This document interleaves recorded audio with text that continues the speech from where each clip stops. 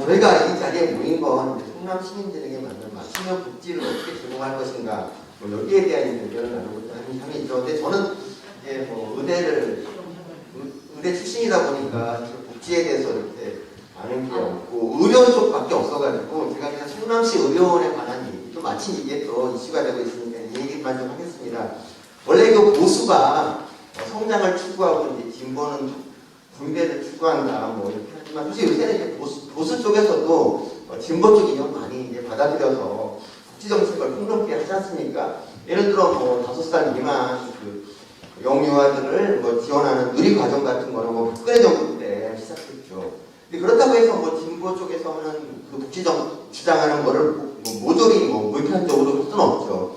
예를 들어서 그 문재인 케어라는 거가 이제 이번 정부 들어 폐기됐는데요. 사실 이제 이게 왜 폐기됐냐면, 이게 의료의 과잉 이용, 우리나라 안 그래도 의료가 좋았는데 이걸 너무 이제 과잉 이용을 부추겨서 이 건강보험 재정이 좀 고갈되는 측면이 있어서 이제 정책이 폐기를 했는데요. 그러니까 이런 식으로 저희가 이제 받아들일 건 받아들이고 버릴 건 버려야 되는데, 그 진보와 보수가 이제 의료 부분에서 첨예하게 대립되는 것 중에 하나가 이 공공병원이에요. 공공병원. 원래 이 공공병원은요, 원래 이제 좀 못 가진 분들에게 의료를 제공하자는 취지로 이제 만들어지고, 그러니까 미국만 봐도요, 공공병원은 굉장히 싼 값에 의료를 지원해서 못 가진 분들에게 되게 큰 힘이 되는 이런 건데, 우리나라가 공공병원 비율이 10% 미만으로 전 OECD 국가 중에 최하다, 이런 걸 많이 하지 않습니까? 그래서 이제 진보 측에서는 항상 우리나라가 공공병원이 부족하니까 이걸 많이 지어야 된다, 이렇게 얘기를 하고 있고, 지난 대선 때 이재명 대표 같은 경우는 공공병원을 70개를 더 짓겠다, 이렇게 이제 얘기를 했어요. 근데 이제 외국과 달리 우리나라는 모든 병원이 건강보험에 의해서 의료 가격이 통제가 되고 있지 않습니까? 그러니까 예를 들어 삼성병원이나 공공병원이나 의료 가격 자체는 동일합니다. 이 가격에서 차별화가 안 되니까, 그리고 또 의료 수준이 다른 대형 병원보다 떨어지다 보니까 사람들이 웬만하면 이제 큰 병원을 가죠. 그래서 공공병원이 경쟁력을 잃고 약간 적장한 매물단지로 이제 전락을 합니다. 그리고 어렵사리 만들어봤자 대형 병원들이 밀려가지고 제 역할을 좀 하기 힘들잖아요. 예를 들어 성남 지역만 해도 분당 서울대병원이 있고, 그리고 차병원도 있고 그렇지 않습니까?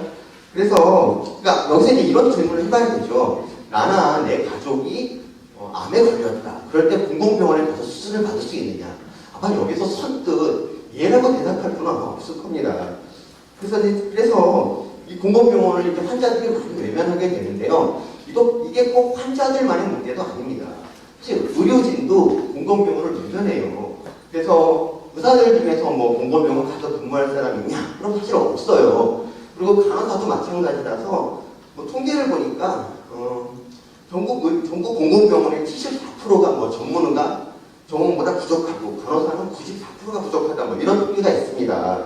그래서 이제 이걸 해결하기 위해서 지난 정부에서 공공의대를 짓겠다, 이런 걸 했는데, 사실 이거는 좀 현실적으로 좀 탁상 공론에 가깝습니다. 제대로 된 법이 아니란 얘기죠.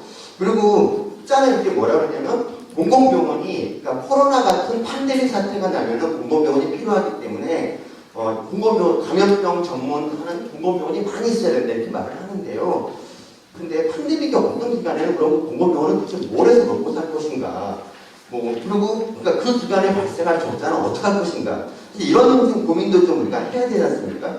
그래서 차라리 그냥 그럴 바에는 이번 대구 코로나 때 그 대구 동산병원이 했던 것처럼 민간병원을 거점병원으로 사용한 다음에 이 사태가 다 수습된 뒤에 정부에서 거기에 맞는 보상을 해주는 게 훨씬 더 효율적이지 않을까, 이렇게 생각합니다. 저는 근데 그렇다고 해서 지은 성남시 의료원이 없어져야 된다, 이런 얘기를 하는 건 아닙니다. 이론적으로는 가격이 똑같다 그래도 민간병원에 비해서 아무래도 비보험 진료를 덜하고 과잉진료도 좀 덜해서 없는 사람들에게 조금 도움이 되죠. 그렇죠? 그렇기 때문에, 그리고 더구나 이제 성남시는 이제 빈부격차가 좀 있는 곳이잖아요. 그렇기 때문에 공공병원이 나름의 필요성이 있어요. 근데 이 문제는 뭐냐면, 이런 장점 하나만 가지고 성남시 의료원이 계속 살아남을 수 있느냐. 이게 사실 쉽지 않아요. 우리나라 의료비 자체가 워낙 싸다 보니까 성남시 의료원이 조금 더 싸다고 해서 사람들의 그 분위를 당기지 못한다는 거죠. 그래서 이제 그러다 보니까 성남시 의료원에 대해서 뭐 이런저런 얘기가 있습니다. 뭐 연봉 그 3억 원을 줘도 의사가 안 온다. 그리고 뭐 의사들 처음에 문 열 때 있던 의사 중에서 뭐 10% 이상이 그만뒀다. 뭐 이런 얘기들.